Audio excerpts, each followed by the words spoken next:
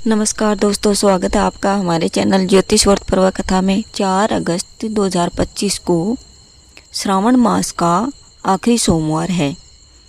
अगर आप इस दिन शिवालय से ये एक चीज़ नहीं लेके आओगे तो मान लेना आपने बहुत बड़ी गलती कर दी है।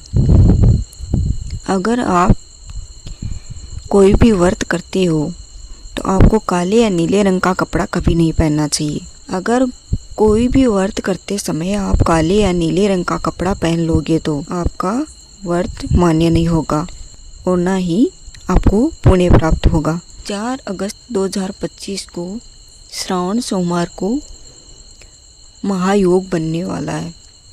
अगर इस दिन आप शिवालय से ये एक चीज़ नहीं लेके आओगे तो मान लेना आपके घर में धन कभी नहीं आएगा।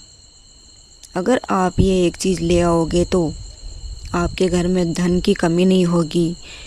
आपके घर में अगर विवाह बाधा आ रही है तो वो विवाह बाधा नहीं आएगी। और अगर नौकरी नहीं लग रही है बच्चों की तो वो नौकरी लग जाएगी। अगर आप ये एक चीज़ लेके आओगे तो आपके सारे कष्ट दूर हो जाएंगे, सब कुछ बहुत बढ़िया हो जाएगा आपके लिए। तो आप ये एक चीज़ ज़रूर लेके आना है आपको, क्योंकि इस साल का श्रावण मास का ये लास्ट सोमवार है। इसके बाद में अगले साल ही श्रावण मास का सोमवार आएगा। तो आपको याद रखना है और याद करके मेरी बताए अनुसार ये एक चीज़ ज़रूर लेके आना है। तो आपको सर्वप्रथम करना क्या है, सबसे पहले नहा धो के तांबे के लोटे में शुद्ध जल लेके जाना है। उस जल में अगर कुछ गंगा जल की बूंदें हो तो बहुत ही अच्छा होगा। अगर नहीं आपके पास में गंगा जल तो शुद्ध जल होना चाहिए, चाहे तो वो हैंडपंप का हो चाहे ट्यूबवेल का हो, ऐसा जल होना चाहिए। और गाय का कच्चा दूध ज़्यादा नहीं हो तो थोड़ा सा उसमें डाल लेना। जो पानी हमने लिया तांबे के लोटे में उसमें डाल लेना है। और फिर दही, गाय का जमा हुआ दही, उसमें थोड़ा दही डालना, 1 चम्मच छोटी चम्मच डाल लेना। और गाय का जो दही बिलोते हैं हम, उसमें से कच्चा घी निकलता है। वो कच्चा घी गरम किया हुआ नहीं होना चाहिए, कच्चा घी ज़रा सा 1 चम्मच वो उसमें डला होना चाहिए। सर्वप्रथम हमें एक प्लेट लेनी है, उसमें एक दिया लेना है, अगरबत्ती लेनी है और 3 बील के पत्ते लेने हैं। बील के पत्ते जुड़वा होने चाहिए, 3 पत्ते जुड़वा होने चाहिए और वो तांबे का लोटा।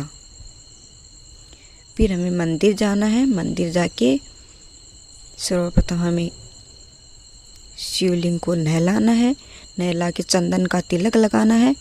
फिर हमें रोली का तिलक लगाना है और फिर हमें अपने लोटे पे भी तिलक लगाना है और लोटे को मोली भी बांधना है। और बील के पत्ते को हमें इस तरीके से चढ़ाना है शिवलिंग पर कि वो उल्टा ना गिरे, सीधे पत्ते होने चाहिए। और दिया हमें वहाँ पर जला देना है, अगरबत्ती वहाँ पर हमें जला देनी है। और कुछ दान भी हमें दान पात्र में डाल के आना है, क्योंकि इस दिन दिया हुआ दान पुण्य के बराबर होता है, महान पुण्य के बराबर होता है।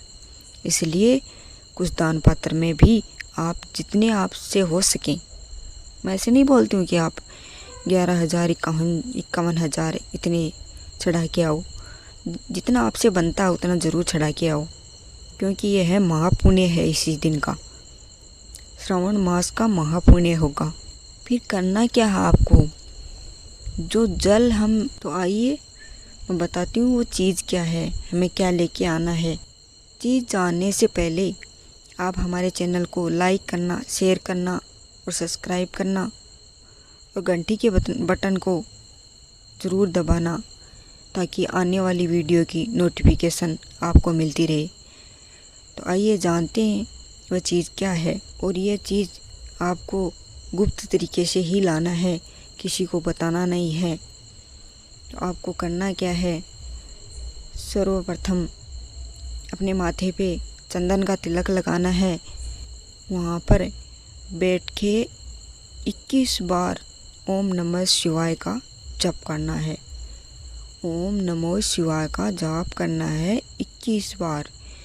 जाप करके आपको जो जल आपने शिवलिंग पे चढ़ाया है, जो दूध जल और वो जो मिक्स आ रहा है सारा, और जो नीचे आ रहा है जहाँ से धारा चल रही है उनकी, उस जल की, उस धारा में से अपनी तांबे की लोटी में वो जल भर के लाना है।